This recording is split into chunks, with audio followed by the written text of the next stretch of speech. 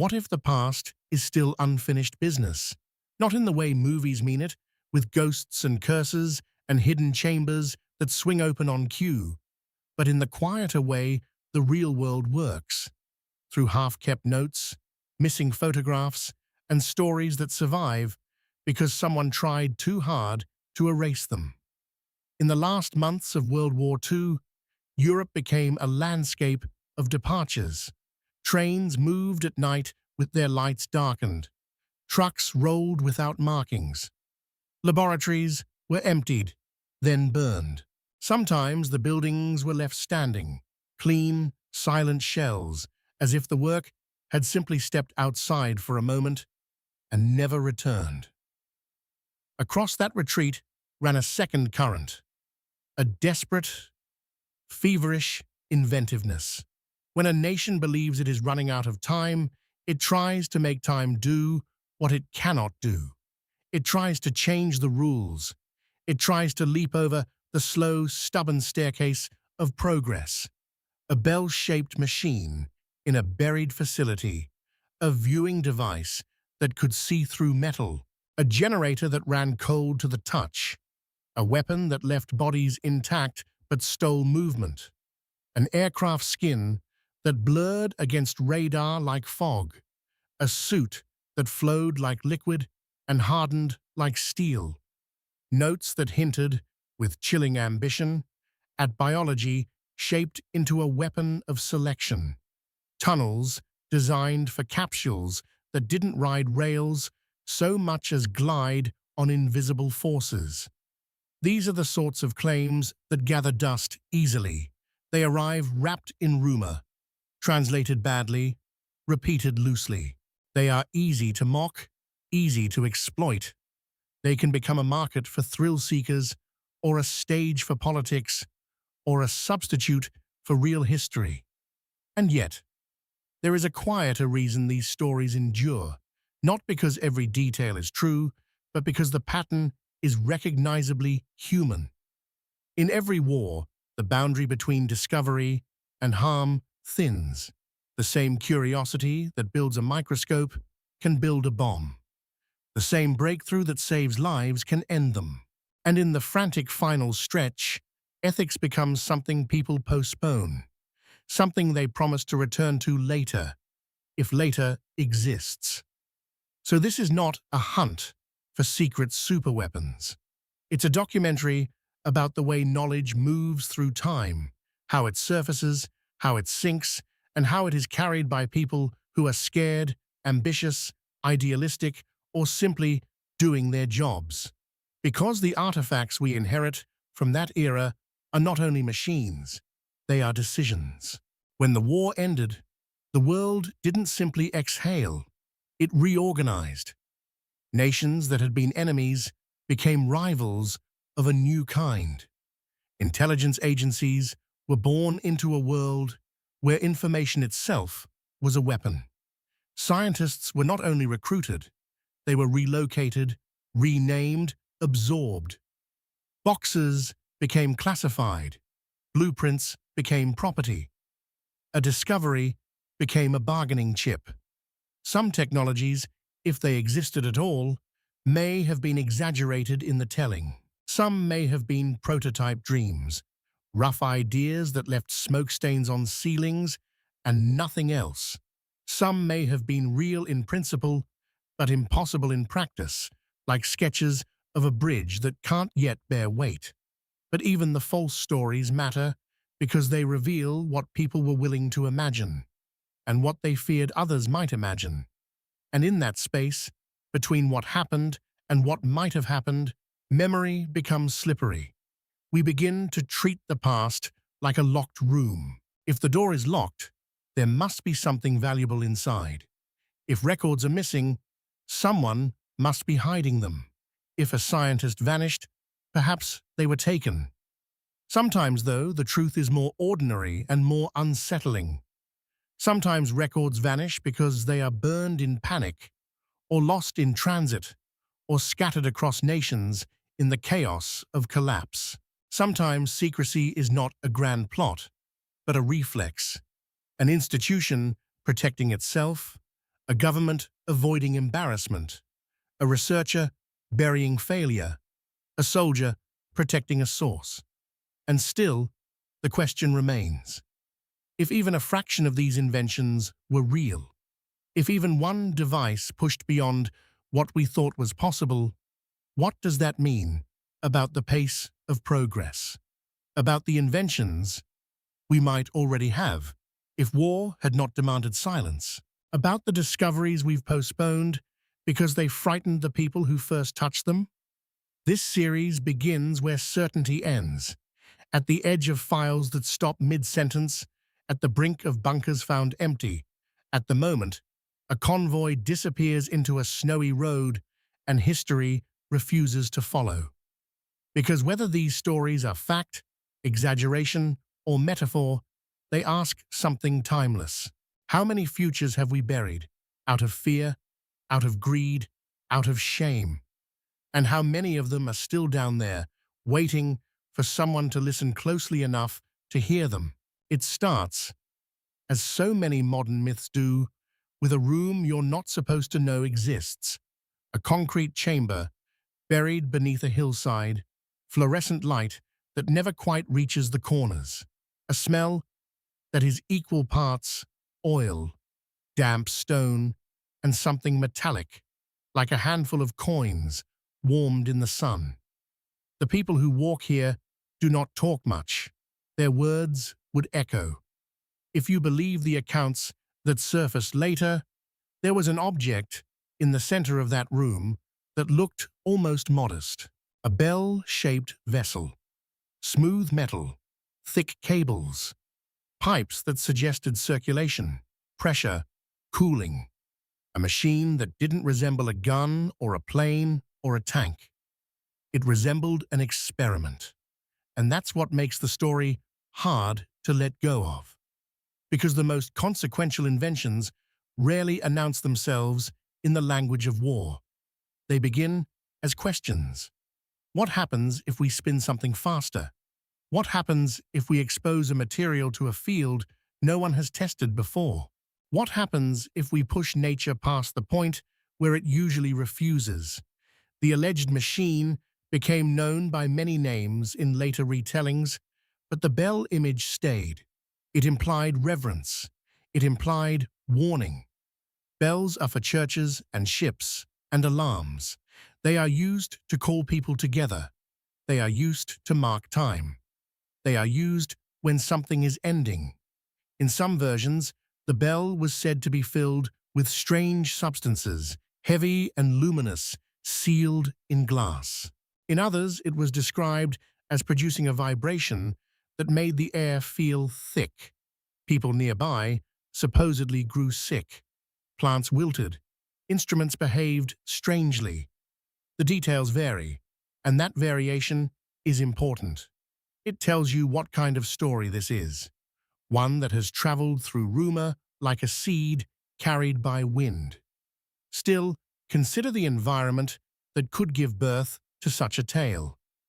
By the mid-1940s, German research was a patchwork of brilliance and desperation. There were real advances in rocketry and jet propulsion. There were real programs to reduce radar visibility, to guide missiles, to build faster submarines, to create weapons that didn't require a direct hit. At the same time, there was a constant shortage of fuel, of metals, of stable electricity, of time. When resources vanish, imagination tends to split into two paths. One path becomes pragmatic, brutal, efficient. The other path becomes speculative, almost mystical, with the hope that one impossible leap might cancel out all the losses. In that atmosphere, a story about a machine that bends physical rules feels less like fantasy and more like psychological truth. It reflects what people wanted, a shortcut through doom. But history is not generous with shortcuts. If such a device existed, it likely lived in the messy middle ground of science, where outcomes are ambiguous and results come wrapped in error bars. A machine can be dangerous without being miraculous. It can produce heat, radiation, toxic fumes, electromagnetic interference. It can harm the people running it without breaking any laws of physics at all. And that may be the most human detail of all, because the people in that room, if there was such a room, would not have been characters in a legend. They would have been technicians with cracked fingernails, engineers who slept in their clothes, scientists arguing over calculations on scrap paper. Some of them would have been true believers. Some would have been terrified. Some would have been simply trying to survive inside a system that demanded results and punished delay. Then, as the front lines moved, the room would have become a liability. In the last weeks of the war, whole categories of knowledge became portable. Notebooks were folded into coat linings. Prototype parts were hidden in crates marked medical equipment. Scientists learned to pack their careers into suitcases. A lab could be dismantled overnight if the right trucks arrived. When Allied forces advanced, they didn't just capture territory, they captured narratives. They captured the chance to decide what the world would know. In this period, it's easy to imagine a bell-shaped machine being destroyed to prevent capture. It's also easy to imagine it being seized, hauled away, and buried under new classifications and new languages. Both scenarios are plausible. Neither requires the machine to be supernatural. But the story has another layer, and it's the layer that gives it staying power. The bell implies an untold question. What else was attempted out there in the fog of collapsing empires beyond the clean lines of the official record?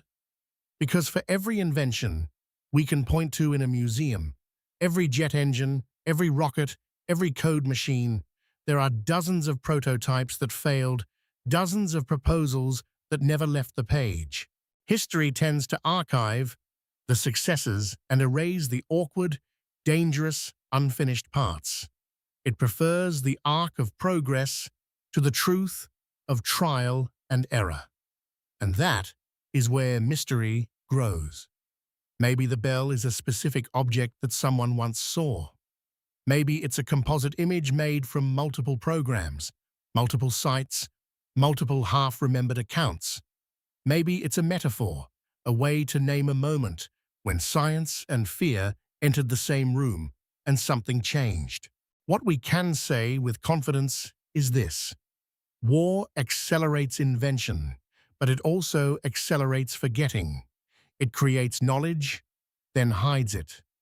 It produces innovations, then scatters them across borders and decades until they reappear as rumors, as declassified fragments, as stories told in low voices.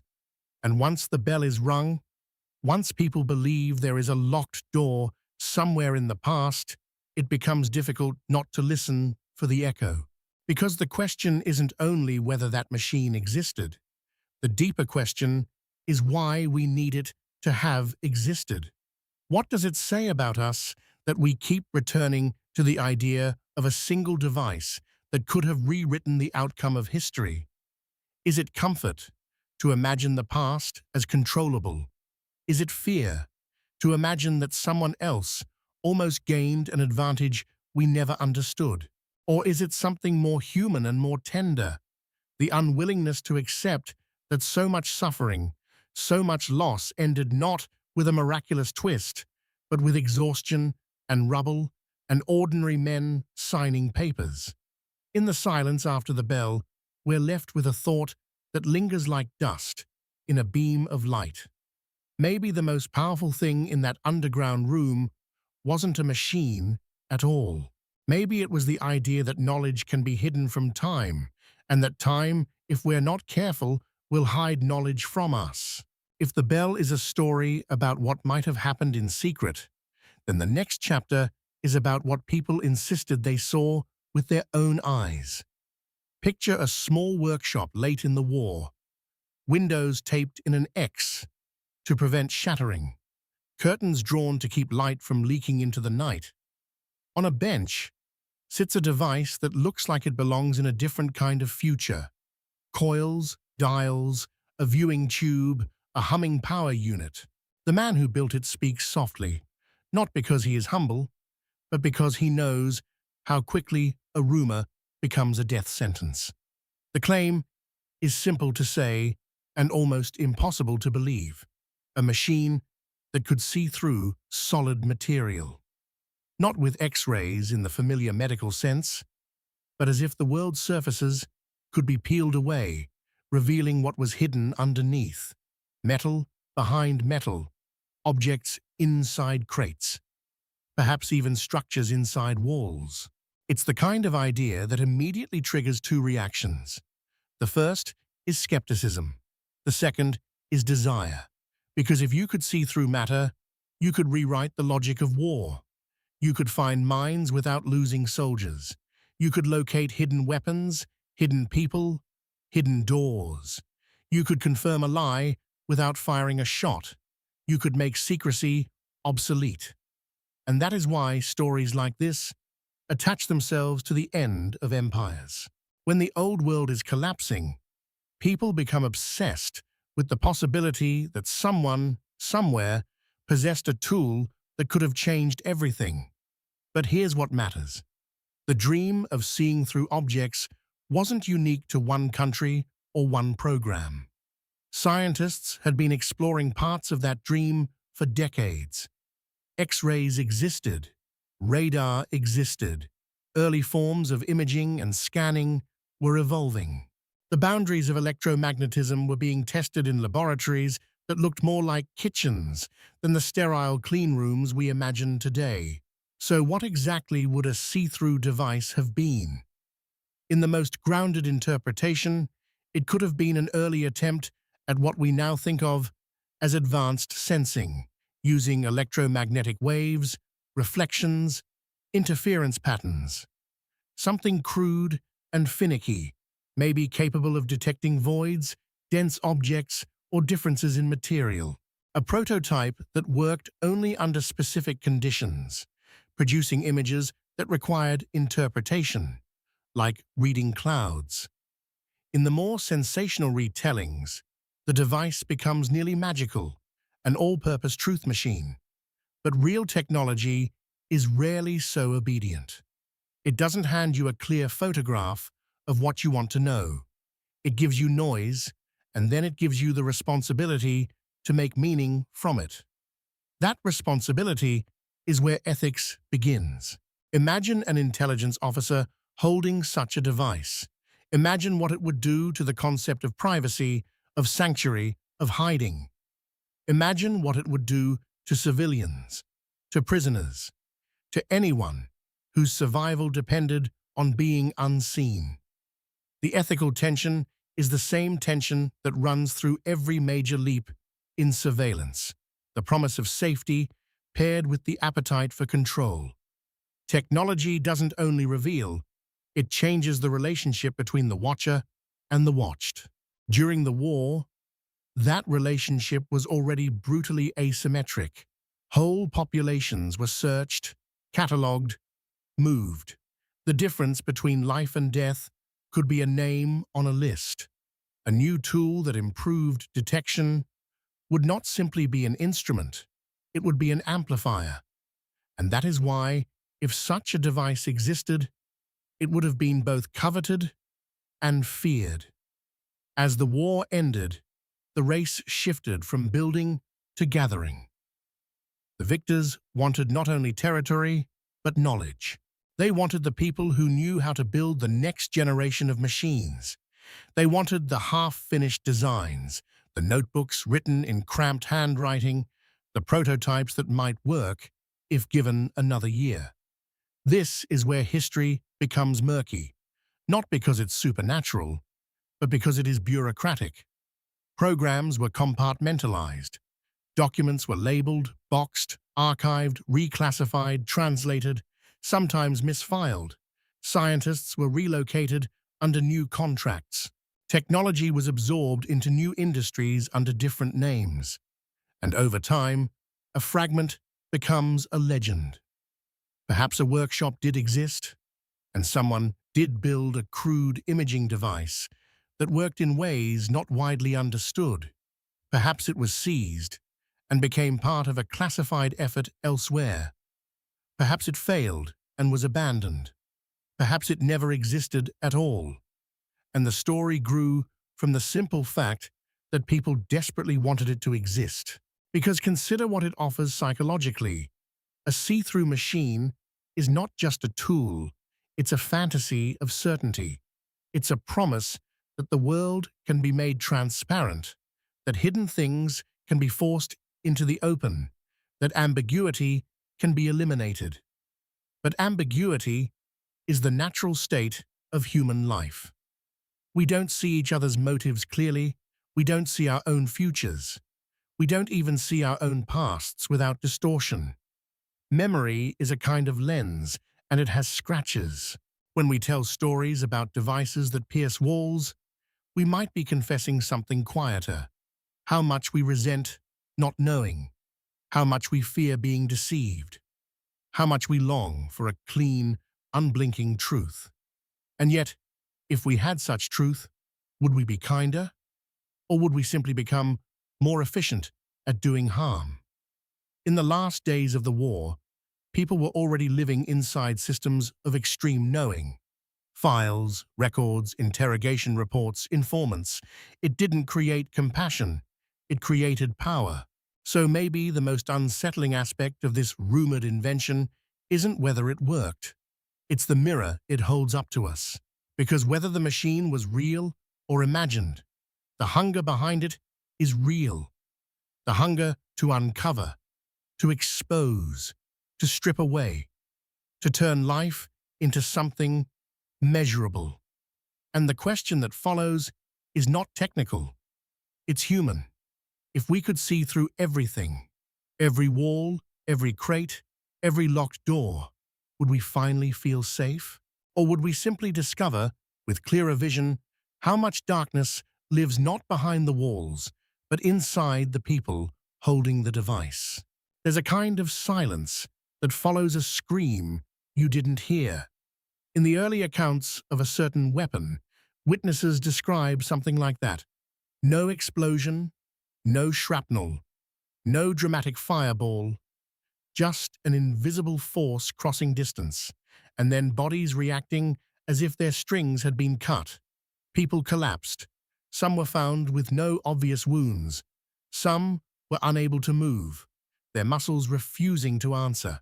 In the most extreme retellings, the weapon didn't kill so much as erase motion, turning the human body into a locked room from the inside. It's easy to hear that and think fantasy, a war story sharpened by fear, a rumor that needed a villain. But the underlying idea that energy could be directed to harm a person without a conventional projectile was not out of place in the 20th century. Militaries were already studying sound, microwaves, electromagnetic interference, chemical agents, and psychological effects. They were learning that violence doesn't always need a bullet. The appeal of a silent weapon is obvious. It terrifies, and it confuses. It leaves fewer traces. It offers plausible deniability. It turns the battlefield into something ambiguous, where cause and effect don't line up neatly. And ambiguity is its own kind of domination. Imagine, for a moment, a late-war testing ground, a clearing at the edge of a forest, fog rising from the ground in the morning, a few technicians with clipboards, a generator on the back of a truck, a metal dish angled toward a target. Someone gives a hand signal. If the weapon were real, it likely would not have been tidy. It would have been inconsistent, hard to aim, prone to overheating, limited by power supply.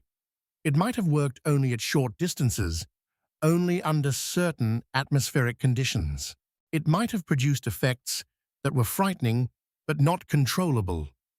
War innovations often begin this way, not as elegant solutions, but as chaotic prototypes that injure the people using them. And still, even a crude, unreliable device can change behavior. It can create fear, which is sometimes as valuable as efficacy. It can create stories which travel faster than facts. At the end of World War II, the world was already saturated with rumors of wonder weapons. Rockets that could reach cities, jets faster than anything in the air, submarines that could stay underwater longer than anyone thought possible. Some of those were real. Some were exaggerated. Some were real enough to be terrifying, but too late to matter. The rumored silent weapon lives in that same shadow, part technical ambition, part psychological weapon. If it existed, what could it have been? One grounded possibility is directed sound. Not the kind you hear as music, but low-frequency vibrations or focused acoustic energy capable of causing disorientation, nausea, pain, and, in extreme cases, organ stress. Another possibility is directed microwave energy, which can heat tissue and affect the nervous system.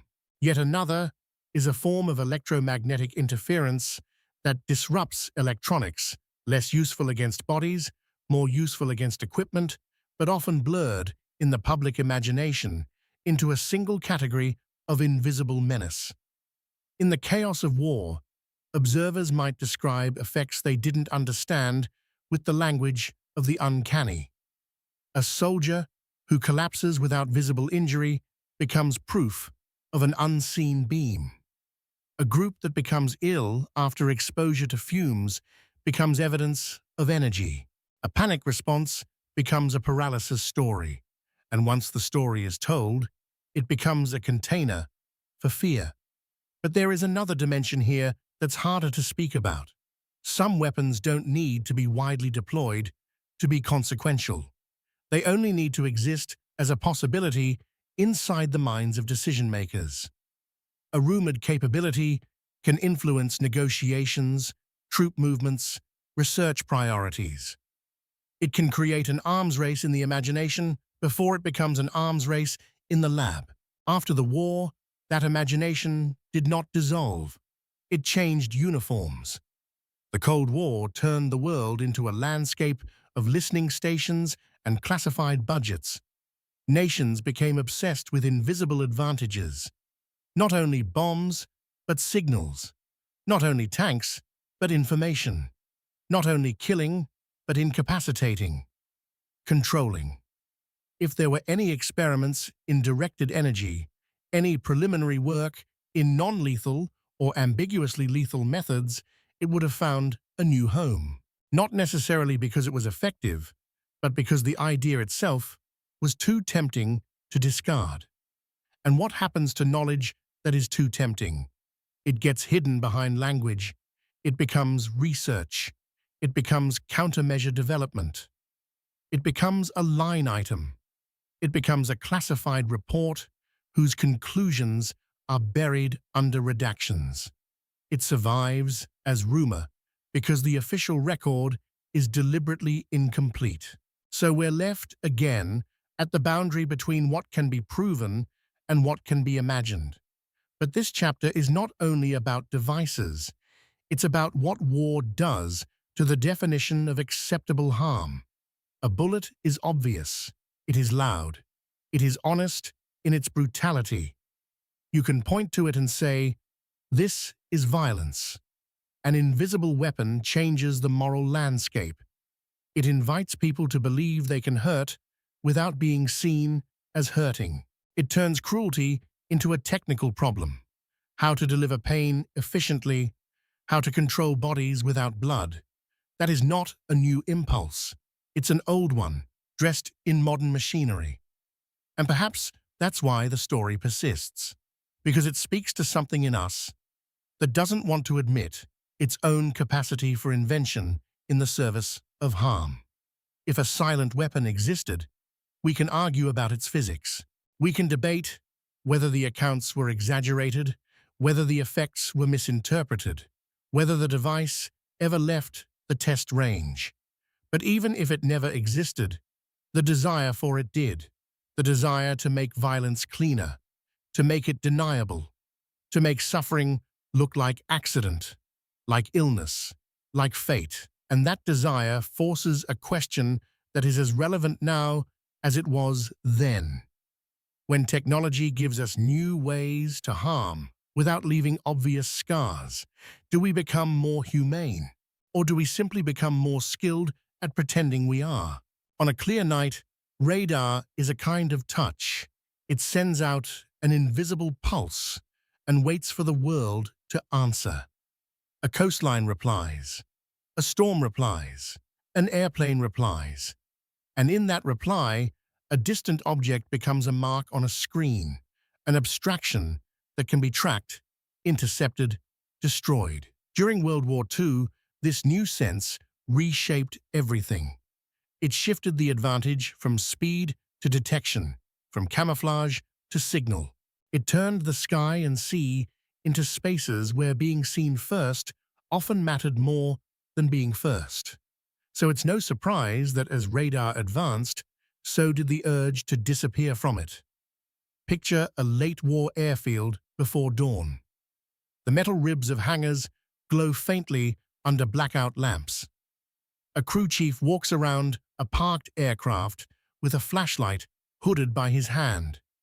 He runs his fingers along the skin, not checking for dents or leaks, but for something stranger, a coating, a paint, a layer that feels slightly different under the fingertips, as if the plane has been dusted with a new kind of secrecy. The stories that emerged after the war speak of experimental materials designed to absorb or scatter radar waves, not an invisibility cloak, not the fantasy of literal vanishing, but a more technical trick: reduce the return signal, confuse the shape, make the plane appear smaller or farther away than it is. In other words, make radar doubt itself. And unlike many rumored wonder weapons, this category has something solid beneath it. Stealth, in principle, is a matter of physics and geometry. Materials can absorb energy. Shapes can redirect reflections. Even primitive experiments could produce marginal improvements. In a war where margins mattered, even small reductions in detectability would have been coveted. But the way these stories are often told blurs two realities. First, the science was real and already understood in parts. Engineers knew that certain materials interacted with electromagnetic waves differently. They knew that edges and angles influenced reflections. They understood that a metal aircraft was, in radar terms, a loud object. Second, the practical application was hard. Warplanes needed to be light, strong, repairable, and able to survive heat, cold, rain, fuel, and stress. A coating that worked in a lab might peel off in a storm. A material that absorbed radar might also absorb moisture, add weight, or interfere with maintenance. A shape that reduced radar reflections might increase drag or reduce stability. Stealth is never free. You pay for it somewhere. Still, the urge to pay that price is a kind of prophecy. It points to the future of warfare, where the fight becomes less about brute force and more about perception, about who can see, who can be seen, and how quickly information moves. If we look at the end of the war through that lens, it becomes less a finale and more a transition. The battlefield was shifting into something that would define the decades after, a contest between sensors and countermeasures, between signal and noise.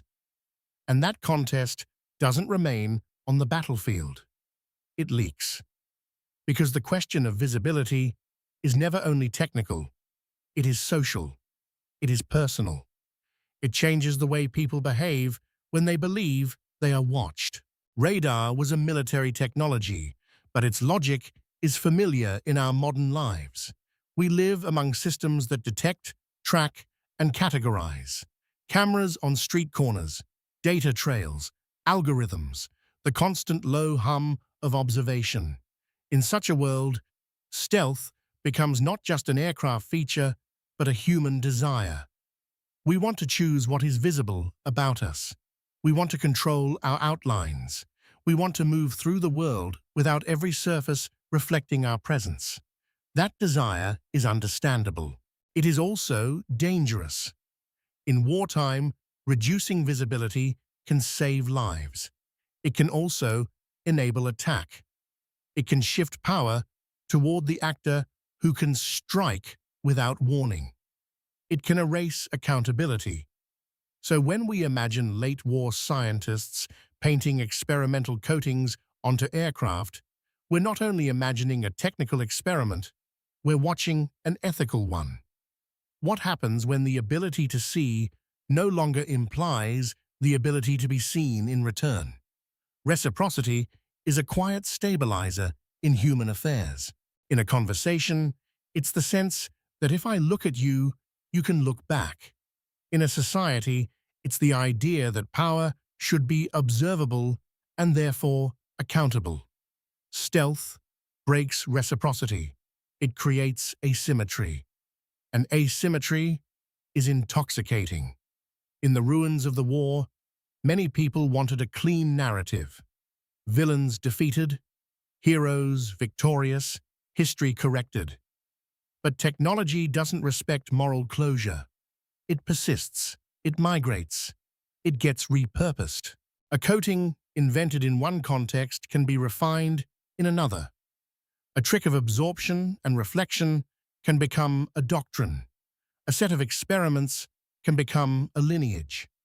That's one reason these stories remain compelling. They suggest that the future arrived earlier than we thought, that some of what we consider modern had roots in those desperate years, that the outlines of the next era were already being sketched on hangar floors under dim lights. Whether or not the most dramatic claims are true, the trajectory is real. The world was learning to fight not only with weapons, but with perception. And that brings us to a question that lingers like a faint echo on a radar screen.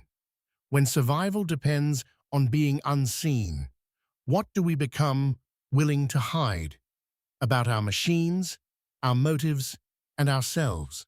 A submarine is a paradox. It is a ship designed to disappear into the very thing that should drown it. It turns the ocean from an obstacle into shelter. It asks its crew to live inside a sealed metal cylinder while the weight of water presses in from every direction, patient and absolute.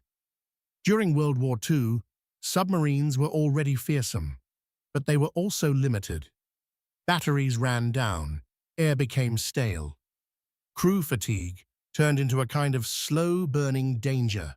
To survive, a submarine had to surface, had to breathe, had to reveal itself to the sky. So engineers dreamed of a different kind of boat, one that could stay hidden longer, move faster underwater, strike farther, and return without being seen. In post-war stories, that dream gathers into the image of an advanced late-war submarine, a design that seemed to come from the next decade. Sleeker, quieter, built for underwater speed rather than surface travel. Some accounts suggest experimental propulsion, new hull forms, even concepts for extended submerged endurance. And here, again, the pattern shifts from rumor into something tangible. There were late-war innovations in submarine design, streamlined hull shapes that favored underwater performance, improved snorkel systems that allowed diesel engines to run, while the boat remained mostly submerged. More ambitious plans for faster underwater boats. These were not magic. They were engineering, hard, incremental, and often born from the brutal feedback of combat losses. But the mythology grows in the gaps, and submarines create big gaps. They are, by nature, hidden. Their missions are classified. Their wrecks become silent graves. It is easier to imagine secret leaps when the subject itself lives beneath the surface. So let's step into one of those imagined boats. The interior is cramped, Pipes run along the ceiling like the veins of an industrial animal. Condensation beads on metal. The air smells of diesel, sweat, and rubber. Men sleep in shifts. The ocean outside is not scenery, it is pressure, a constant threat. Then the boat dives, and the sound changes. The surface noise fades. The world becomes a contained hush, punctuated by mechanical rhythm, pumps, valves, the quiet grind of machinery. The crew listens, because listening is survival. A distant propeller, a sonar ping, the creak of the hull. In that world, speed and silence are a kind of currency. If you could move faster underwater, you could attack more effectively and escape more reliably. If you could stay submerged longer, you could avoid aircraft, avoid radar, avoid the entire growing network of detection that was tightening around the seas. So submarine innovation was not merely a technical pursuit. It was a response to being hunted. But in that response lies an ethical tension that often goes unnoticed. Submarines change the nature of warfare by changing the nature of vulnerability. On the surface, ships are visible. Their destruction is dramatic.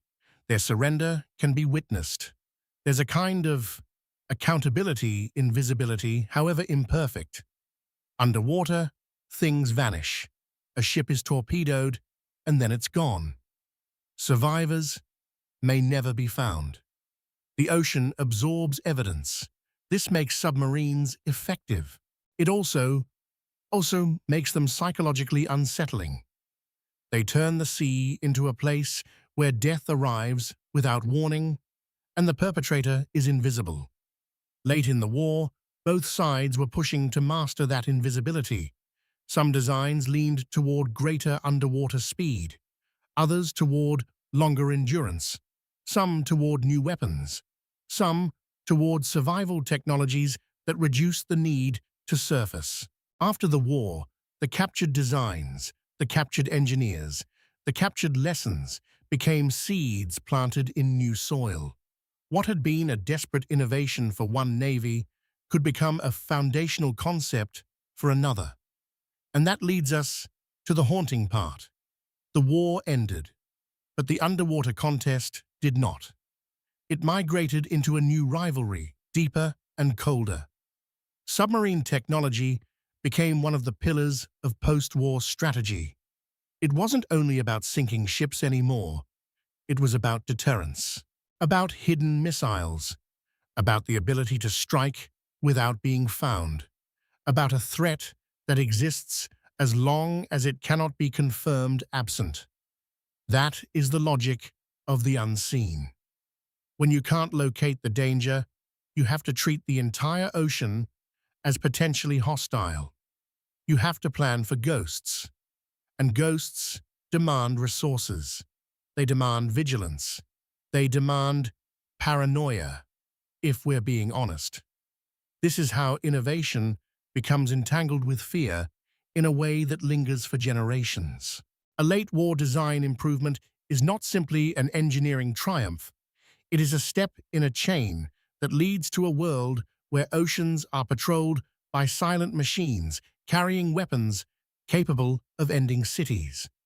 So when we tell stories about advanced World War II submarines, whether specific prototypes or broader design leaps, we are also telling a story about the widening distance between human action and human consequence.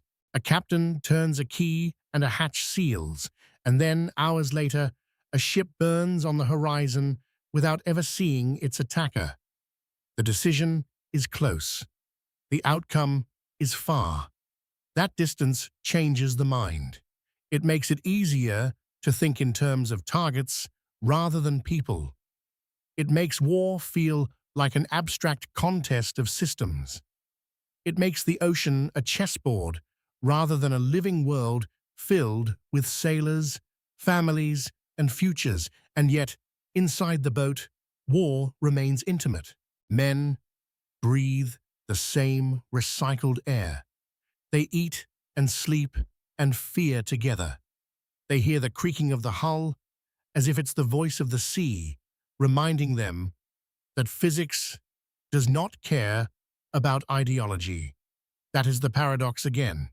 A machine built for invisibility contains humans more tightly than any other battlefield. It is the most hidden form of war and one of the most claustrophobically personal. So here is the question that this chapter leaves ringing in the closed metal corridors of that imagined boat. When our greatest innovations are designed to disappear, what happens to the parts of us that need to be seen? Our responsibility, our empathy, and our capacity to remember who is on the other side of the water. It begins with a sheet of metal that refuses to behave like metal. In a dimly lit lab, someone holds a sample between gloved fingers. Under one kind of stress, it bends. Under another, it seems to stiffen. It's not alive, but it acts as if it has preferences, as if it remembers what it has been asked to do. In wartime, that kind of material is more than a curiosity. It's a promise. A soldier's survival often comes down to a few millimeters of protection. A pilot's life can hinge on whether a cockpit canopy holds, whether a suit insulates against cold at altitude, whether a piece of armor can stop fragments without slowing movement. Engineers have always chased the same ideal: strength without weight, protection without penalty. So it's no surprise that stories surfaced about experimental liquid armor, materials that could flow like a fluid when at rest, then harden instantly when struck. The vision is cinematic, a uniform that moves like cloth but turns into a shield the moment danger arrives. Today, we can recognize the scientific principle behind this kind of myth. Certain fluids, under sudden force, become more viscous. They resist. They thicken. It's a behavior that can be demonstrated in a kitchen bowl with cornstarch and water, and refined in labs into serious protective systems. But in the 1940s, that idea lived closer to the edge of possibility. The materials science we take for granted, advanced polymers, nanostructured composites, controlled shear thickening fluids, was in its adolescence. Still, war pushes adolescents to grow up quickly. So what could have existed then? Perhaps early experiments with colloids, dense suspensions, or layered fabrics treated with thickening agents.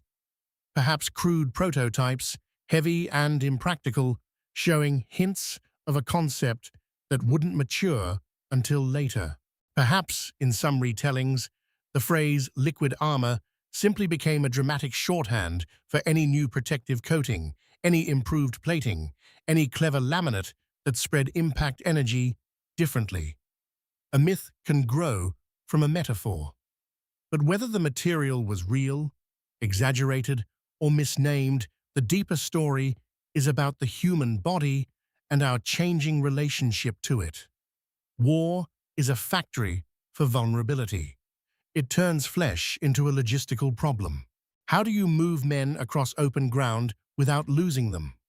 How do you keep pilots conscious, warm, alive? How do you build machines that carry humans into environments that are hostile by default? Protection becomes the bridge between human limits and technological ambition. And every new protective concept brings its own ethical shadow, because armor doesn't only protect, it changes behavior. If you believe you are safer, you may take risks you wouldn't otherwise take. If a state believes its soldiers can survive more, it may be more willing to send them into danger. If leaders believe casualties will be lower, the political cost of war seems smaller. Protection can save lives. It can also make war easier to justify.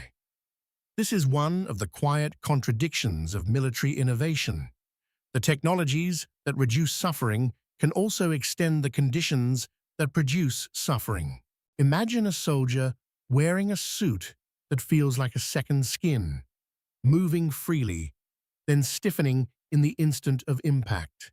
Imagine the confidence that would produce, the feeling of being wrapped in engineered certainty. Now imagine the enemy responding, escalating, inventing more lethal weapons to overcome that protection. The spiral continues. The armor becomes part of a dialogue between fear and force. It's a dialogue that rarely ends with peace.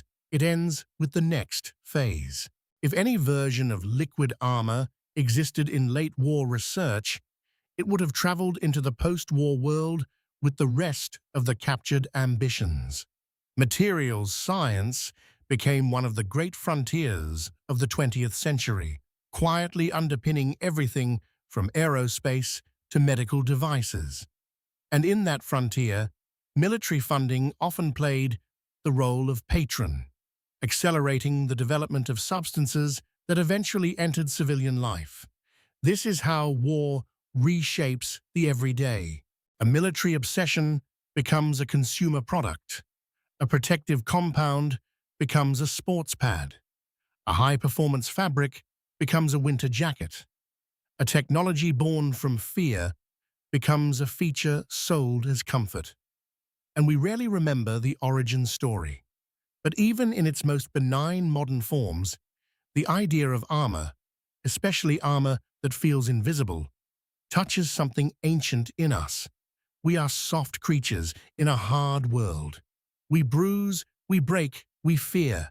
We build shells around ourselves, homes, laws, routines, insurance policies, relationships. Some of these shells protect, some imprison. Some are designed to stop harm. Others are designed to stop feeling. Liquid armor, as a metaphor, isn't only about fabric and impact. It's about the way we want protection that doesn't restrict our lives. Safety without sacrifice. Strength without stiffness. A shield that doesn't remind us we are afraid. That's a deeply human wish, but it has consequences. A society that seeks perfect protection can drift toward control. It can begin to treat every uncertainty as unacceptable, every risk as intolerable. It can wrap itself in layers of security until it becomes brittle, unable to adapt when the unexpected arrives.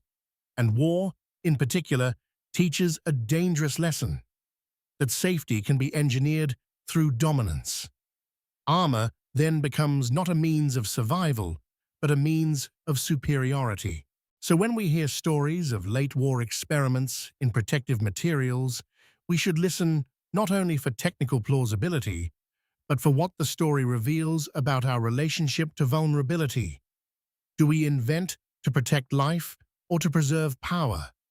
Do we seek stronger shells because we cherish the fragile thing inside, or because we want to act without consequence?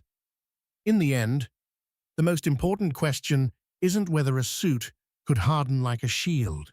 It's what we do when we believe we can harden ourselves against the world without losing the parts of us that make the world worth living in. There are places on Earth where the air itself feels like a warning. High mountain passes where your lungs burn for oxygen. Deserts where the horizon wavers in heat. Winter fields where sound is swallowed by snow and your footsteps feel too loud. In those places, the body remembers that it is an animal, a soft, breathing thing that can be broken by weather alone. Now imagine being asked to fight there. In the last years of the war, as fronts stretched and conditions worsened, militaries became obsessed with the limits of the human body. How far can a soldier march without sleep? How long can a pilot remain conscious at altitude? What happens to muscles in cold water? What does fear do to coordination? These questions weren't philosophical in their original setting. They were operational. They were asked in clipped voices over maps. The body was the machine that kept failing, and science was recruited to fix it. Out of that obsession came rumors of equipment that sounds like science fiction, but begins with a real problem. a suit designed to protect a person against extreme environments, cold, heat, pressure, toxins, and perhaps to enhance endurance. Some stories describe experimental survival suits meant for pilots or special units. Others hint at something more ambitious, a wearable system with integrated insulation, filtration, and even a kind of assisted strength.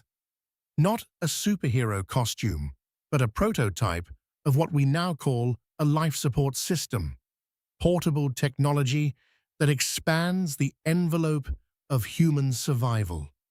To understand why such a story endures, you have to picture the war as it was lived, not as a clean line of battles, but as weather and fatigue, frostbite, trench foot, hypothermia, heat stroke, the slow erosion of the nervous system when the body never fully recovers. For many soldiers, the environment was as lethal as the enemy. So the idea of a suit that could make the body less vulnerable feels like a holy grail. And like all holy grails, it gathers myth around it. But even in myth, you can see the scaffolding of reality. Pressure suits for high-altitude flight were being developed. Oxygen systems were evolving. Protective clothing against chemical threats existed in primitive forms. Heating elements, insulation materials, and filtration concepts were all in circulation, though far from perfected. Wartime research could easily have produced experimental combinations of these, bulky suits that restricted movement, prototype, tested in harsh conditions, failed attempts to make protection portable. The challenge is always the same. A human must still move inside the protection. Hands must still grasp. Feet must still feel the ground. The suit must not only resist the environment, it must allow the person to function. That is an engineering problem. It is also a moral one. Because when you extend human capability, you don't only extend survival, you extend reach. A soldier who can operate longer in cold or breathe in toxic air or endure conditions that would otherwise force retreat becomes a tool of projection. The suit becomes a way to put human intention into places it could not previously go. In that sense, a survival suit is both mercy and instrument. And then there is the question of testing. Every protective system has to be tested against the thing it is meant to resist. Cold, heat, pressure, chemicals. In wartime, the line between necessary experimentation and unethical exploitation can blur quickly, especially under regimes that treat certain populations as disposable. This is where a mature documentary voice has to slow down and breathe, because it's tempting to tell the story of extreme suits as a story of daring ingenuity. But ingenuity in a war context is rarely clean. The same labs that produced life-saving knowledge also produced suffering. The same methods that advanced medicine also enabled cruelty. The boundary between protection and violation is often a thin sheet of paper signed by someone who will never enter the test chamber. If these suits were developed at all, who wore them first? Volunteers, pilots, prisoners, technicians? We may never know. Records, when they exist, may be fragmented or sanitized, and when records don't exist, rumor fills the space. Still, the broader arc is undeniable. The war drove an intensified focus on human performance and endurance. It treated the body as a system to be optimized, hardened, extended. That focus did not end with the war.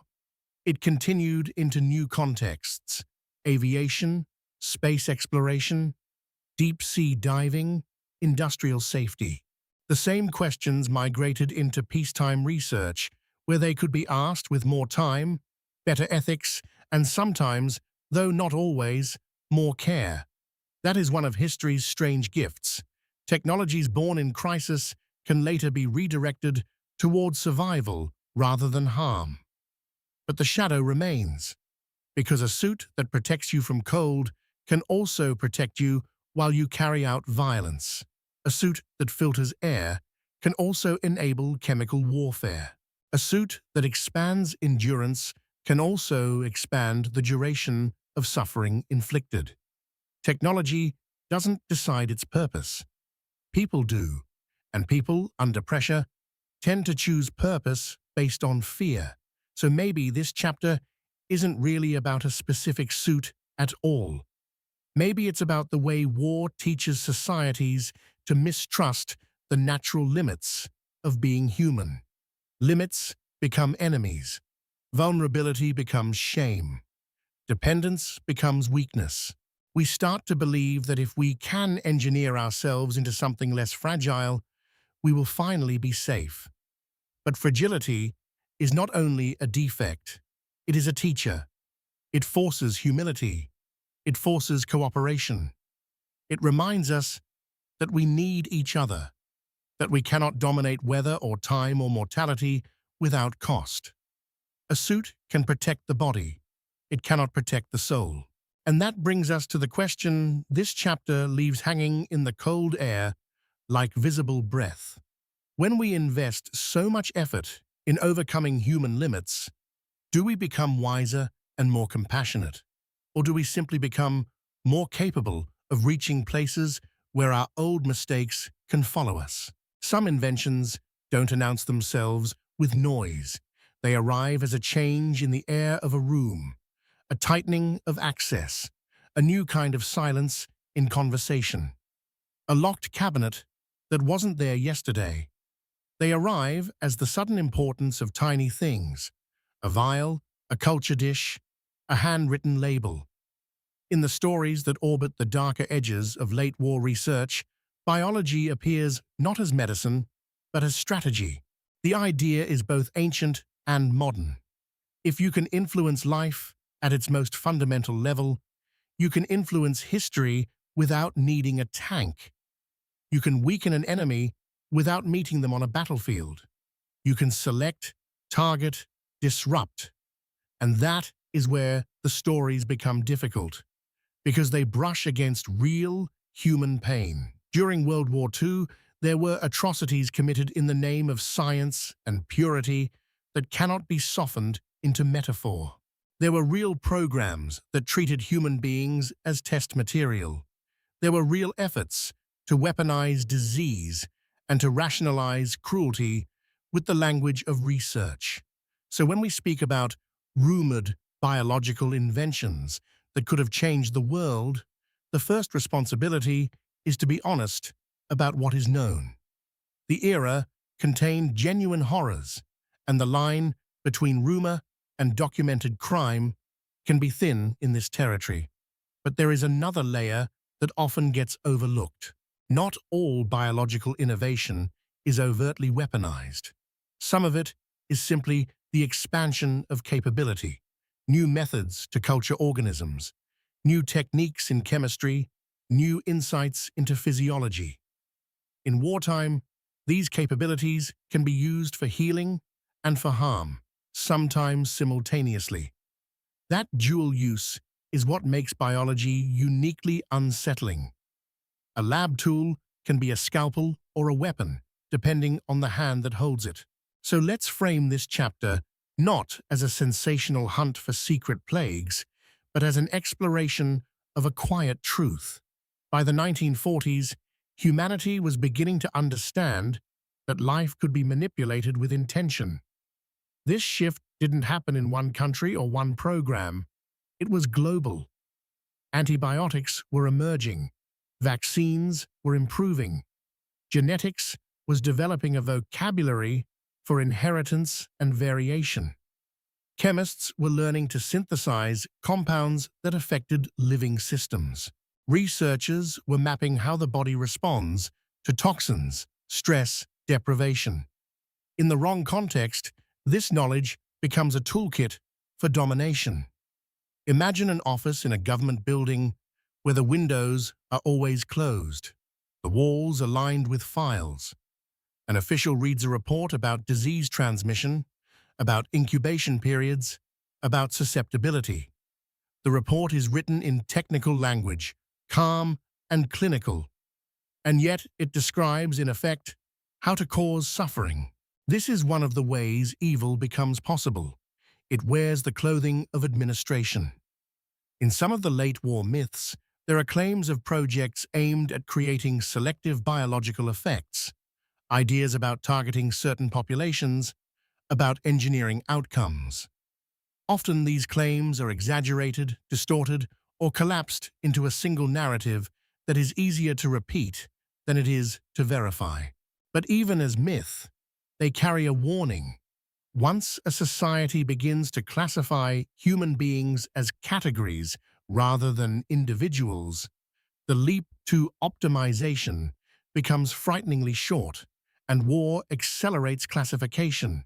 It forces governments to sort people into units, resources, threats. It encourages simplified thinking, us and them, ally and enemy, useful and expendable. In that atmosphere, biology can become ideology with instruments. After the war, as the world confronted what had been done, there was a hunger to draw a line, to say, never again, to codify ethics, to insist that science must be bounded by human rights. Those efforts mattered, and they continue to matter. And yet, even as ethical frameworks grew, biology kept advancing. The post-war world entered an era of molecular understanding. The capacity to manipulate life expanded dramatically, driven by medicine, agriculture, industry, and yes, military interest. The fear that a biological invention could change the world did not vanish. It became more plausible. This is why wartime biological rumors persist. Not because we are addicted to horror, but because we sense that life is a lever. We sense that the future may hinge not on metal and explosions, but on code, genetic code, biochemical pathways, invisible interactions. In that sense, the myths are not about the past alone. They are about our present anxiety. Because today, we live with both extraordinary biomedical hope and extraordinary biological risk. We have tools that can cure diseases once considered fate. We also have the capacity to create harm at scales that used to require armies. So when we look back at late war stories of biological research, whether documented crimes, secret programs, or exaggerated legends, we are really looking at the moment when humanity began to realize that the boundary between nature and design is thinner than we want it to be. And that realization forces a question that is both scientific and moral. If we can rewrite the conditions of life, who gets to decide what counts as improvement? Is it the people who hold power, the people who hold patents, the people who hold weapons? Or can we build a future in which knowledge serves dignity, where the ability to manipulate life is guided by compassion rather than control? The war showed us what happens when science is enlisted by cruelty. The future will show us whether we learned the deeper lesson, that the most dangerous inventions are not those that destroy bodies quickly, but those that tempt us to treat bodies and lives as something less than human. Every era has its dream of distance without effort. For the 19th century, it was the railroad, steel lines stitching together continents. For the 20th, it was flight, leaving the ground behind entirely. But tucked into the fevered imagination of late-war engineering is a different dream. Transportation that moves like thought, fast and almost silent, as if friction itself could be negotiated away. The rumor, in its most persistent form, is of a tunnel system and a capsule, something like a train, but not on rails in the ordinary sense. A vehicle that could travel at extraordinary speeds, propelled by forces that sound both technical and mythic: magnetic fields, vacuum tubes, pressure differentials. A machine meant to shrink geography. When people first hear such a story, they often jump to extremes. Either it's dismissed as fantasy or it's embraced as proof that the past held hidden miracles. But the more interesting truth sits between those reactions. Because even in the 1940s, engineers were thinking about reducing drag, about using vacuum environments to minimize resistance, about magnetic propulsion concepts in their earliest forms. The logic is timeless. If you remove the thing that slows you down, speed becomes cheaper. War makes that logic urgent. A regime under bombardment needs to move resources quickly and secretly. It needs to protect supply lines from air attacks. It needs ways to transfer people and materials without exposing them on roads and bridges. Underground infrastructure becomes survival. So the idea of hidden tunnels is not far-fetched. Many tunnel networks were built in wartime Europe for factories, storage, command centers, and transport. What becomes speculative is the claim of extraordinary speed and advanced propulsion. What sounds like an early version of technologies that would not become practical until much later. Still, consider how legends are born. A witness sees a tunnel entrance at the edge of a forest and hears machinery from below. Another hears rumors of a capsule that moved too fast to be a normal cart. A third sees strange metal rings or coils and assumes magnetism. A fourth hears the word vacuum and imagines a tube like a vein through the earth. These fragments combine, and the mind does what minds do. It tries to make a coherent story, and once the story exists, it starts to feel inevitable. Of course they would have tried something like this. Of course they would have built it underground. Of course it would have been hidden. The story becomes a reflection of what we think ambitious engineers would do in desperation. That reflection can be true, even if the details are not, because tunnel transport isn't glamorous, but it is plausible. And when you build underground systems, you often experiment with new methods of moving heavy loads: winches, sleds, narrow-gauge rail, cable propulsion. To someone encountering such a system without context, it could look like something more advanced than it is. Then there's the psychology of speed itself. Speed is a form of power. It changes who controls territory. It changes who can respond first. It changes supply chains, evacuation routes, the reach of weapons, the possibility of rescue. In wartime, speed becomes a kind of prayer. If we can move fast enough, perhaps we can outrun consequences. But consequences don't care about speed. They accumulate. That's why the most haunting part of this transportation myth isn't the physics. It's the moral question hiding inside it. What would we do with a world that could be crossed in minutes? Because a system that moves people and materials at extreme speed is not inherently good. It can connect families. It can also move weapons. It can deliver medicine. It can also deliver armies. It can shrink the world into something more intimate or something more easily dominated. In the late war imagination, such a system would have been built for strategic advantage, not for human comfort.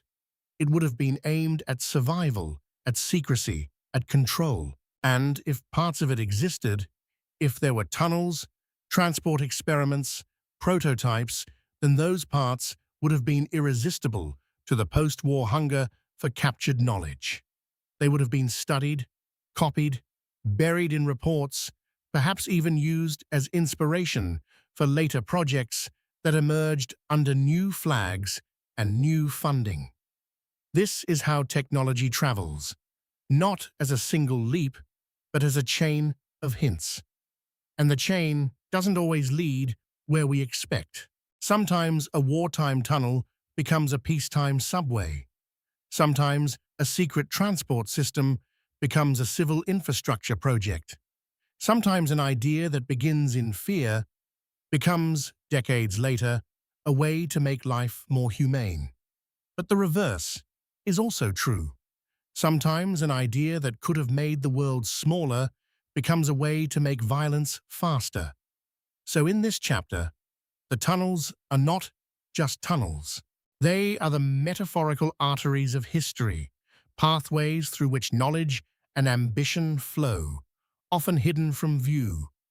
They remind us that the most transformative inventions are often not single devices, but systems, networks that change how everything connects.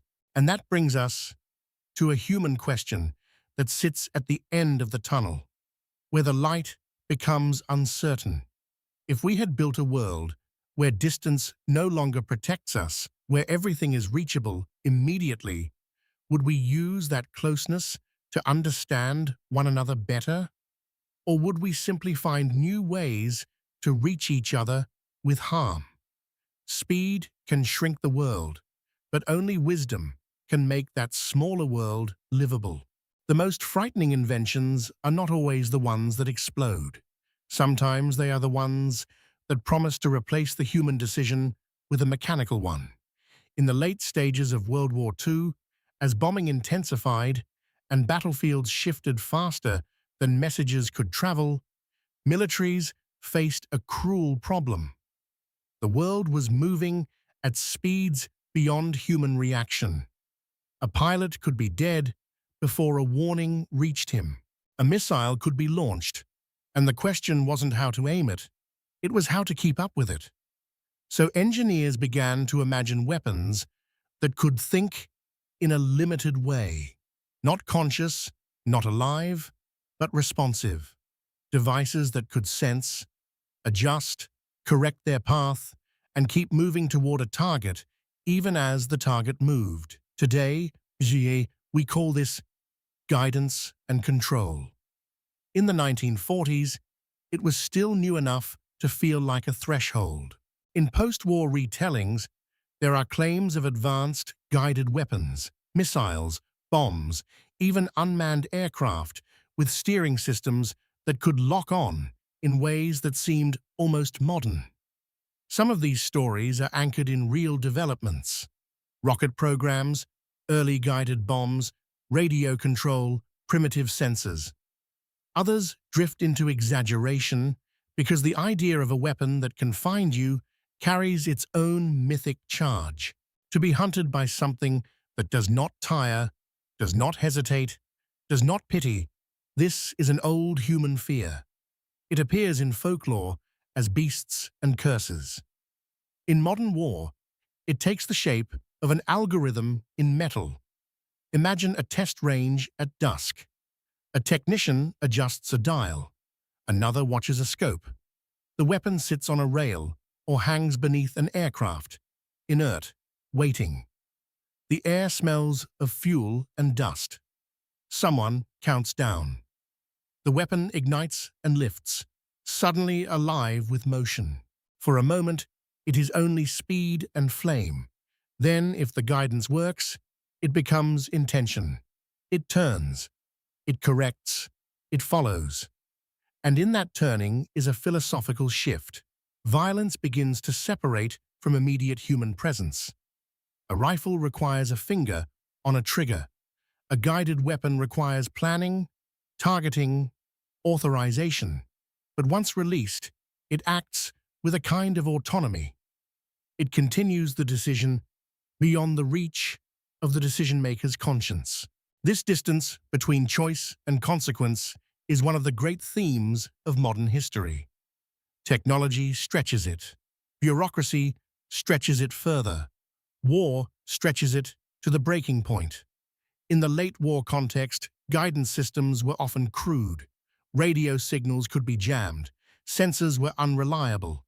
The electronics were bulky, fragile, prone to failure. A guided weapon might work perfectly in one test and miss disastrously in the next. It might be too expensive, too complex, too late. But even imperfect guidance changes the imagination. It suggests a future where accuracy is not a matter of skill, but computation, where destruction is not limited by a pilot's vision, but by a machine's ability to detect and respond. That future arrived, slowly at first, then rapidly. And in that arrival, the ethical terrain shifted.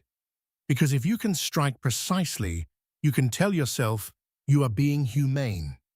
You can tell yourself you are reducing collateral damage. You can tell yourself you are avoiding unnecessary suffering. Sometimes that is true, but precision can also make violence more acceptable. It can lower the threshold for action. It can turn war into something that feels cleaner, more controlled, more like a surgical procedure than a human catastrophe. This is the paradox of smart weapons. They can reduce harm in specific moments while expanding the overall willingness to use force. Now consider the post-war transfer of knowledge again. The end of the war did not end the race for guided technology. It intensified it. Rockets and guidance systems became the foundation of new rivalries. Laboratories that had been military became national assets. Engineers became strategic resources. Documents became classified pathways into future advantage. So if there were late-war prototypes that pushed guidance forward, whether in rockets, bombs, or early unmanned concepts, their significance may have been less about battlefield impact and more about lineage. A design doesn't have to win a war to shape the next one. That is how the past becomes the blueprint of the future. But there is another layer that complicates this story: the language we use to describe intelligence. We often describe guided weapons as if they are thinking. We say they seek, track, decide. These words are metaphors, but they do emotional work. They make the weapon feel like an actor, like a predator, like a creature. And when we attribute agency to machines, we subtly reduce our own. We begin to talk as if the weapon did what it did, as if the system took over, as if the outcome was inevitable. Responsibility becomes diffuse. This is the oldest trick in human moral evasion: to blame a process, a bureaucracy, a technology, rather than the people who built it and deployed it.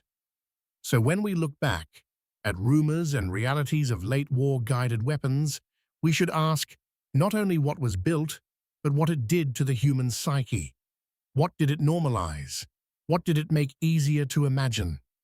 Because the shift from human-aimed violence to machine-guided violence is not just a technical evolution, it is a cultural one. It changes how nations justify war, how citizens experience it, how soldiers carry it in their bodies. It also changes what we fear. We no longer fear only the soldier we can see. We fear the invisible system, the distant launch, the signal we cannot interpret, the weapon that arrives without warning and without a face. And at the heart of that fear is a simple recognition: the more we automate harm, the easier it becomes to separate it from empathy. So the question this chapter leaves us with is not about whether a particular late-war prototype succeeded. It is about where the logic of that prototype leads. If we build machines that can pursue targets without human hesitation, are we making war safer? Or are we training ourselves, slowly, quietly, to accept a world in which human life can be reduced to a coordinate and an instruction? In the end, a guided weapon is not only a weapon. It is a test of whether our conscience can keep pace with our ingenuity. There's a moment in every technological leap when someone has to decide what to do with the people who made it. When a war ends, the victors don't only count losses. They collect knowledge. They identify what worked, what nearly worked, What might work next time? They read the enemy's notebooks not as history, but as inventory. This is the part of the story that rarely makes it into legends of secret weapons because it feels too administrative, too human in a way that doesn't fit the myth. But it may be the most consequential invention of all, the invention of the post-war pipeline. Scientists are moved, programs are renamed, research is absorbed into new institutions. In the public record, it becomes a clean transition. In private, it is a messy negotiation between justice and utility, between accountability and hunger for advantage. If there were forbidden inventions at the edges of the late war world, this is where their afterlives would begin. Not in a hidden bunker, but in a file cabinet. Imagine a train station in the ruins of Europe. A man in a worn coat carries a suitcase that holds more than clothing. He carries notebooks, sketches, calculations. He carries the memory of a facility that has been destroyed, the echo of a machine that may or may not have worked. He carries, in the tight handwriting of his own hand, ideas that could keep him alive in the new world or condemn him. On the platform, an officer waits, not in a dramatic uniform, but in the plain clothes of a new kind of war, intelligence. The officer's expression is neutral, practical. The conversation, if it happens, is careful. What do you know? Who else knows it? What did you build? What did you see? And beneath those questions is the unspoken one. What are you worth? This is where the post-war era begins to feel like a continuation rather than a conclusion. The weapon programs don't end. They mutate. The lines between enemy and asset blur. The moral clarity of victory becomes complicated by the desire to win the next contest, the next rivalry, the next fear. In this process, even rumors have value. A rumor can justify funding. It can justify secrecy. It can justify recruitment. They were close, someone says, and suddenly budgets expand. They had something, someone insists, and suddenly a new laboratory is built. In that way, the myth of the forbidden invention becomes an engine. But this chapter is not meant to accuse any one side or nation. It's meant to illuminate the structure. When fear governs strategy, ethics becomes negotiable. The temptation is always the same. If we don't take this knowledge, someone else will. That sentence has built a great deal of our modern world. And it raises a hard truth. Sometimes the most transformative invention of wartime research is not a device, but a culture of secrecy and extraction, a method of absorbing knowledge without absorbing the moral cost of how it was produced. Because knowledge doesn't come without context.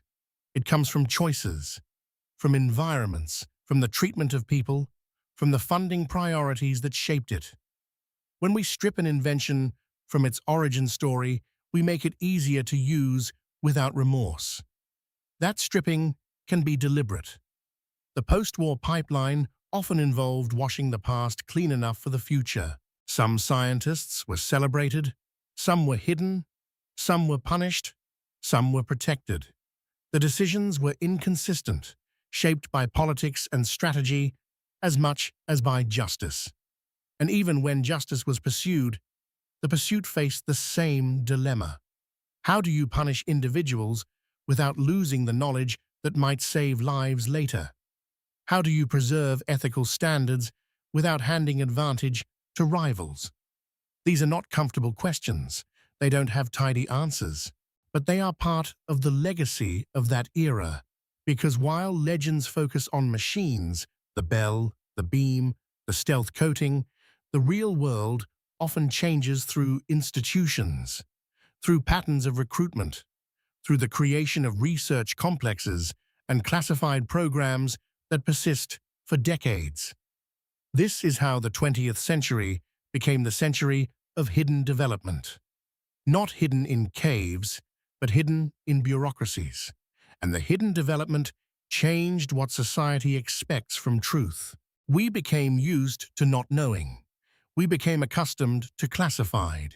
We learned to accept that some knowledge exists beyond public reach. We built democracies that nonetheless tolerated shadows for reasons of security. Sometimes those shadows were necessary. Sometimes they were abused. Often they were both. So when we ask whether forbidden inventions could have changed the world, we have to expand the meaning of invention. The devices may or may not have existed in the way the rumors claim, but the system that absorbed their possibility into a new era, science as strategic resource, secrecy as default, researchers as assets, absolutely did.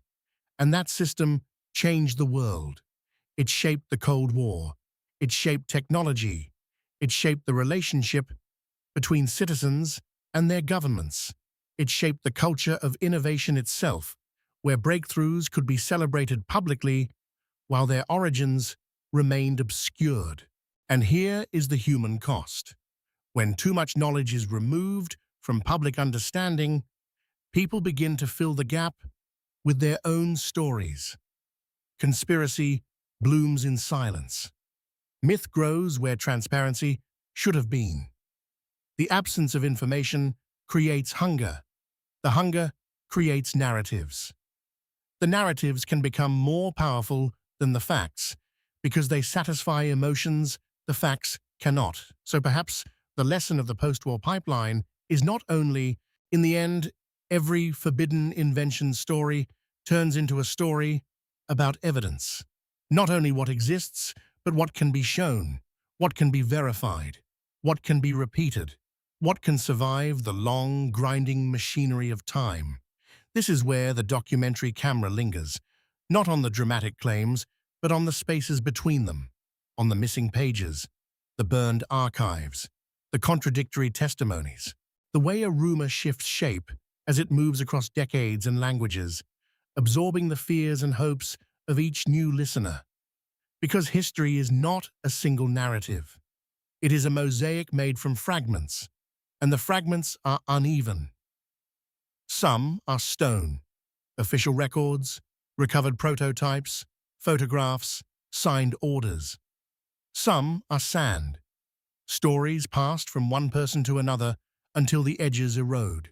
Most are somewhere in between, partial truths, sincere memories, misinterpretations, lies told for survival, lies told for profit. When people argue about whether a late-war invention really existed, they are often arguing about something deeper. What counts as truth in a world where truth is unevenly distributed? In the 20th century, secrecy became a normal condition. Wars produced classified programs, and those programs produced technologies that shaped civilian life. This created a paradox. The public could feel the impact of hidden work without being able to see its origins. In that paradox, myths thrive. A rumor about a bell-shaped machine feels plausible because we know secret research existed.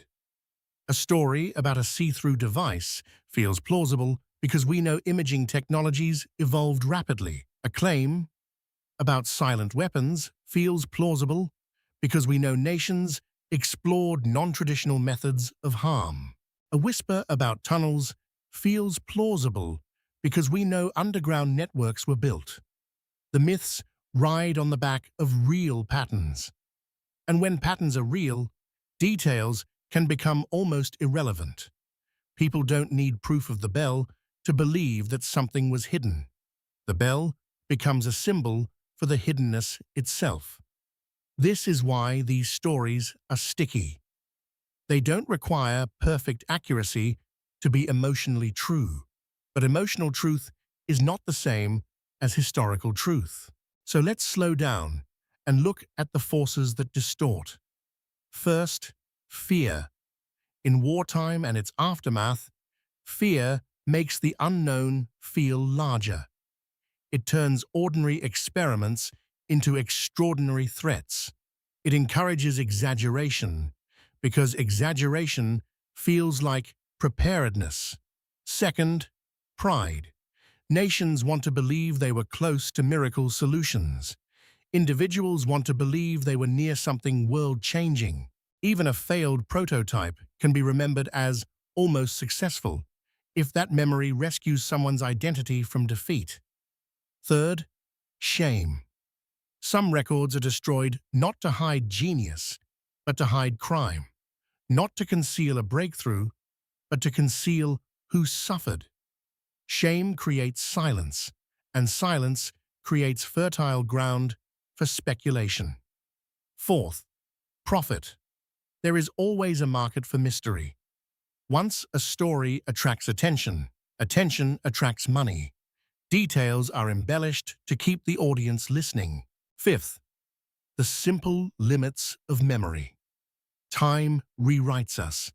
We misremember sequences. We merge stories.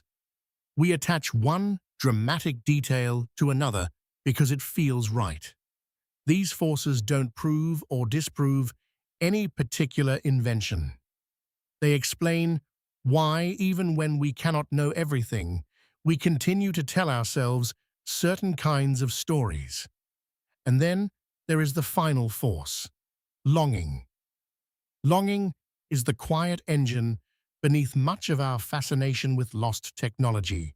We look back at the past and wonder if something was missed, if a different path was possible, if a more elegant future was once within reach and then buried under rubble and politics. Sometimes that longing is hopeful. Perhaps a hidden energy solution existed that could have changed the world. Perhaps a material breakthrough was lost that could have saved lives. Perhaps something beautiful was destroyed by war. Sometimes the longing is darker. Perhaps someone nearly built a weapon that would have made the world unrecognizable. Perhaps we escaped disaster by luck rather than virtue. Both longings share the same structure. The past becomes a cabinet of alternate futures, but here is the uncomfortable truth that mature reflection demands. Even if every single rumored invention had existed exactly as claimed, even if the bell had hummed, the see-through device had worked, the silent weapon had paralyzed, the stealth coating had hidden planes, the tunnels had carried capsules at impossible speed, none of that would have made the war noble. None of that would have erased the suffering. None of that would have redeemed the systems that demanded such inventions. Technology can change outcomes. It cannot change the moral weight of what is done. And yet, the fascination persists because these stories offer a way to approach something we can barely hold in the mind: the scale of human capability and the scale of human cruelty. The forbidden invention becomes a manageable object for our attention. We can debate it, analyze it, imagine it. In doing so, we avoid something more painful, facing the ordinary, bureaucratic nature of harm, the way countless small decisions added up to catastrophe. The myth gives us a villain with a machine rather than a society with a system. So where does that leave us? In the place where documentaries often end a chapter, not with certainty, but with a clearer question. We can admit the possibility that some innovations were real and some were exaggerated. We can acknowledge the existence of secrecy without surrendering to the belief that secrecy implies miracle. We can respect the victims of wartime science by refusing to turn their suffering into entertainment. We can be curious without being gullible.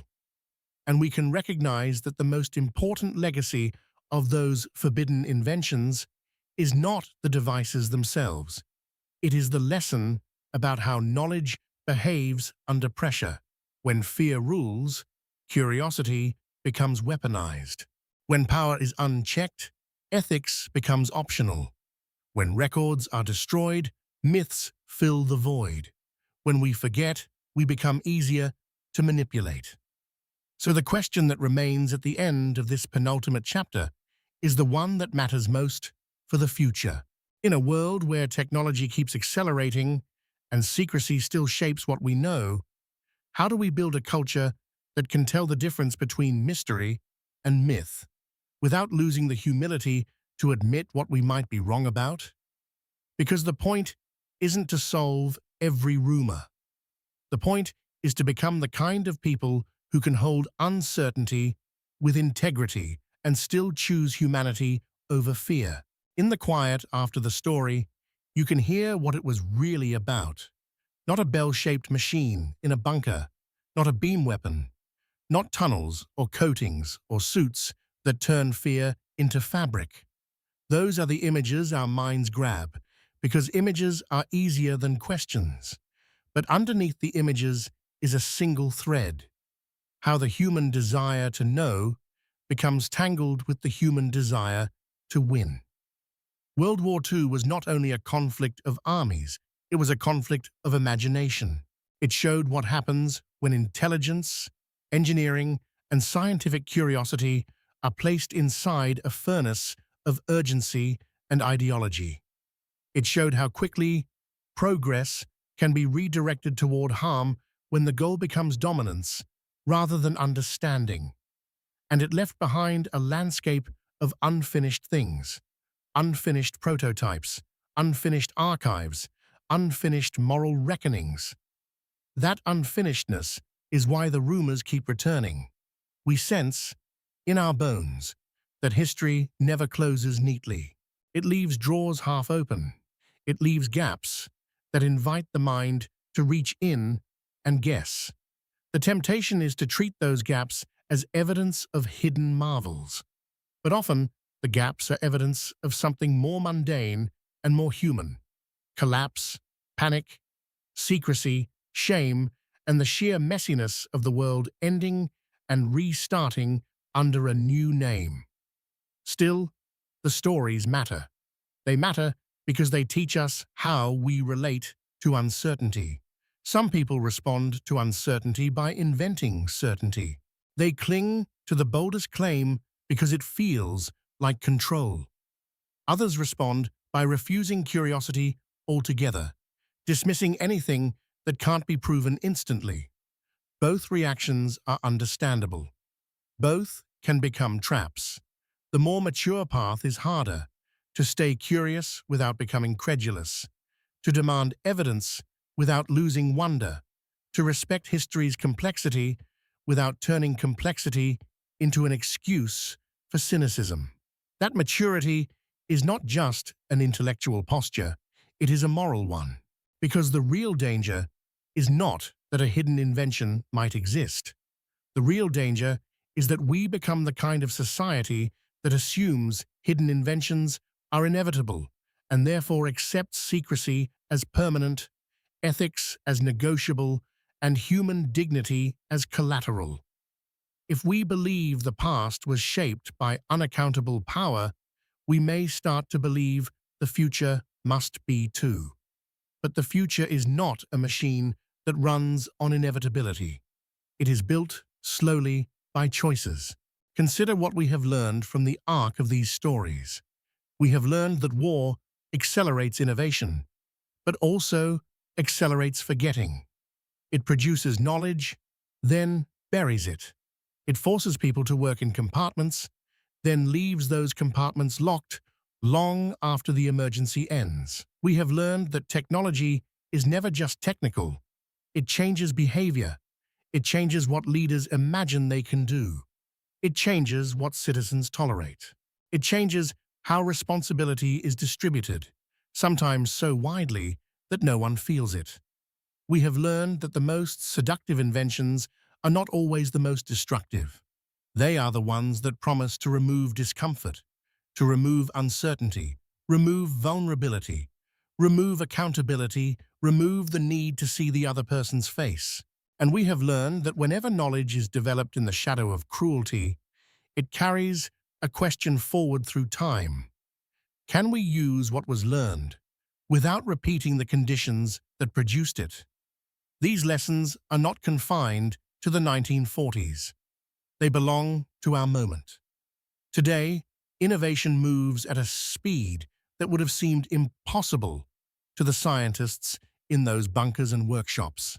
We talk openly about machines that predict, systems that surveil, tools that manipulate biology with precision.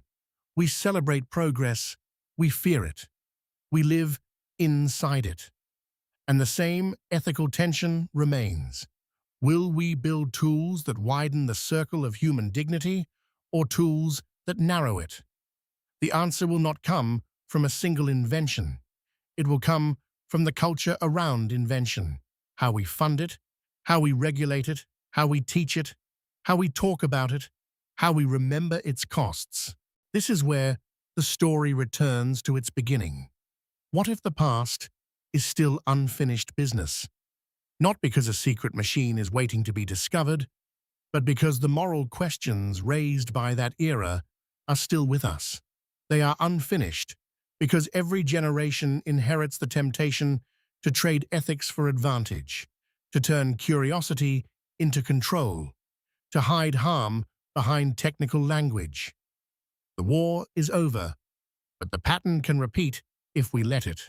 So perhaps the most valuable forbidden invention we can imagine is not a device at all, but a discipline of memory, refusing to let suffering become a footnote, a discipline of humility, admitting what we do not know without filling it with fantasy, a discipline of accountability, insisting that power explain itself, especially when it claims secrecy for safety, a discipline of empathy, remembering that every technological advance touches real bodies, real lives, real futures. If we can build that discipline, then the past becomes less of a locked room and more of a teacher. And then the final question shifts. Not, what did they build? Not, what was hidden? Not, what could have changed the world? But this, now that we know what human beings are capable of, both in ingenuity and in cruelty, what will we choose to become? Because the future is not waiting in a bunker. It is waiting in our decisions, made quietly every day, in the light of what we remember and what we refuse to forget.